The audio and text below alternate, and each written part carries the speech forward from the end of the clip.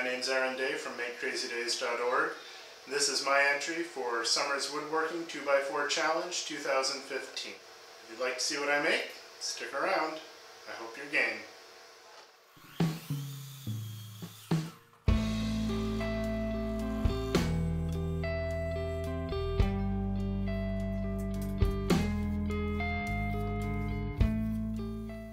This 2x4 has some decent clear sections, which is good, since knots will only cause problems in this project. All of the knots are cut out of the board right from the start. Oddly enough, the block of 2x4 here is the scrap, and the shavings are actually part of the project.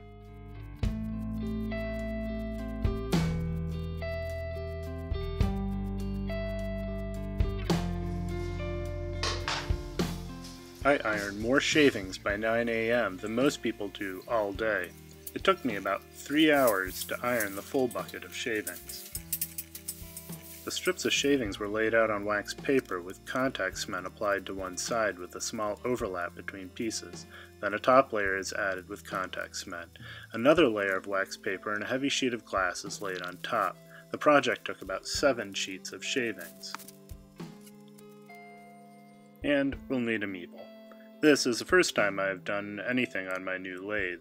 Off-screen I'm sharpening the tools, which were in pretty sorry shape.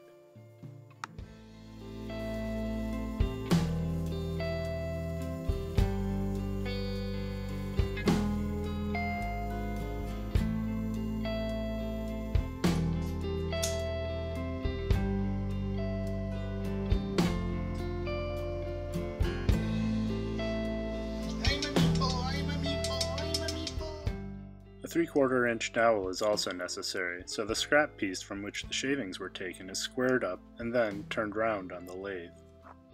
A crescent wrench is used as a set of calipers, probably not the best choice, but it worked.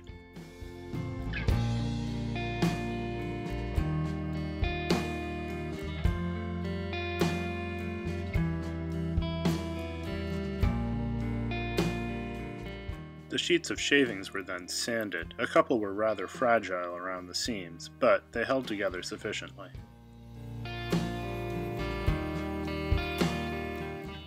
Some of the remainder of the 2x4 was resawn into panels. At some point, a decent fence for my bandsaw is going to be on my Christmas list.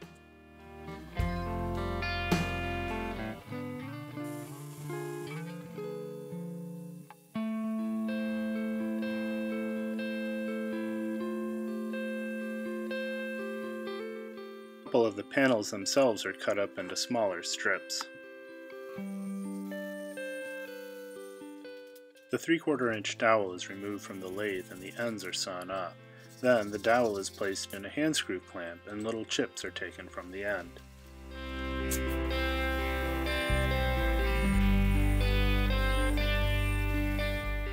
The fence is adjusted a bit wider and 3 more panels are cut. Excessive amount of tape is wrapped around a bunch of panels. Mummification comes to mind. A liberal amount of spray adhesive is applied to the backs of cutting templates. These are then set aside to dry a little while.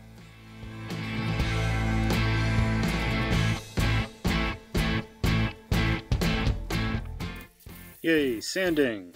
But at least I'm not sitting around watching spray adhesive dry. The round chits and the small strips are then sanded.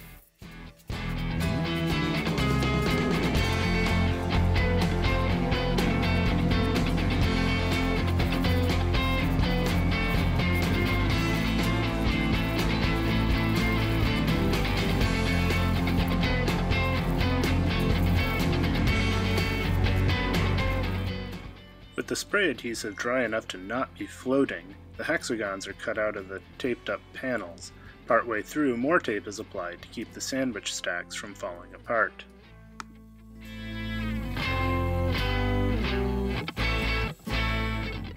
The tape is kept on while sanding all the edges on the belt sander. And the bandsaw roughness is sanded off of each of the faces. The sheets of shavings are cut into 2-inch by 3-inch cards.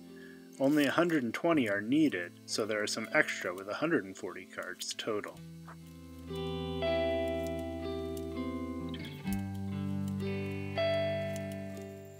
This step will probably give it away if you've played the game before.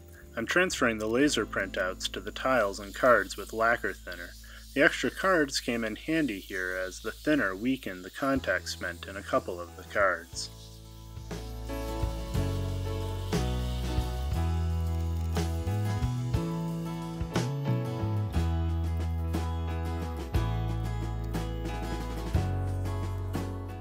Water-based spray poly was used since I didn't want to use lacquer, which would use lacquer thinner as a solvent and mess up the toner transfers.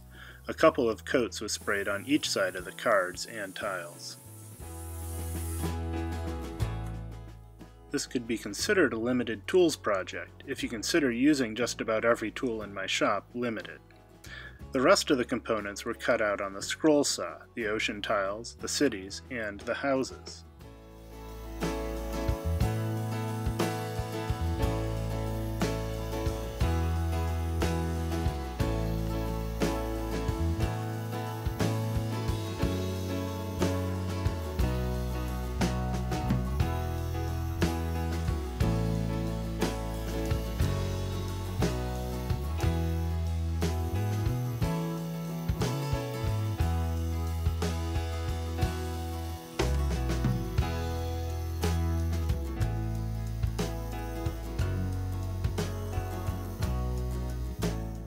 The belt sander was used to clean up the edges of the cities and put roofs on the settlements.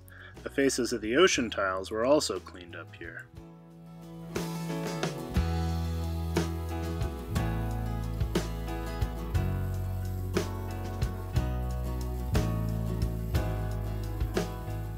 A handsaw was used to cut the roads to length from the little strips made earlier.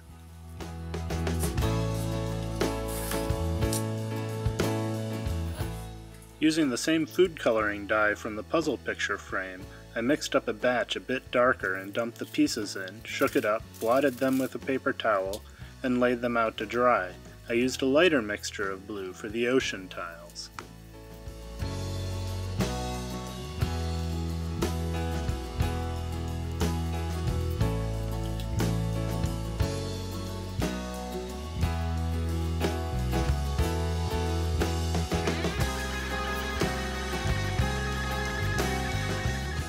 Using another piece of 2x4, I ripped 3/4 inch square stock, adjusted the fence with a stop block, and ripped 3/4 inch cubes from the square stock. These were sanded as close to perfectly square with a belt sander and tested with calipers. Any project which has fire has got to be good. A nail was blunted and heated, then all of the pips were burned into each die.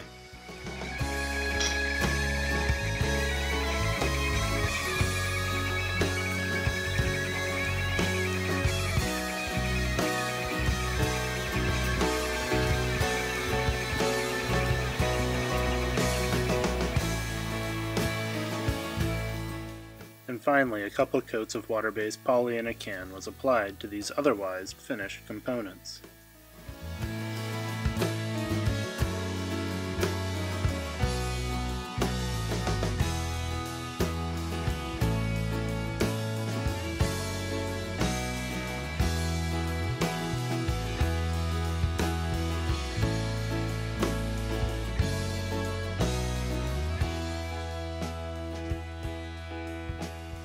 Thank you for watching.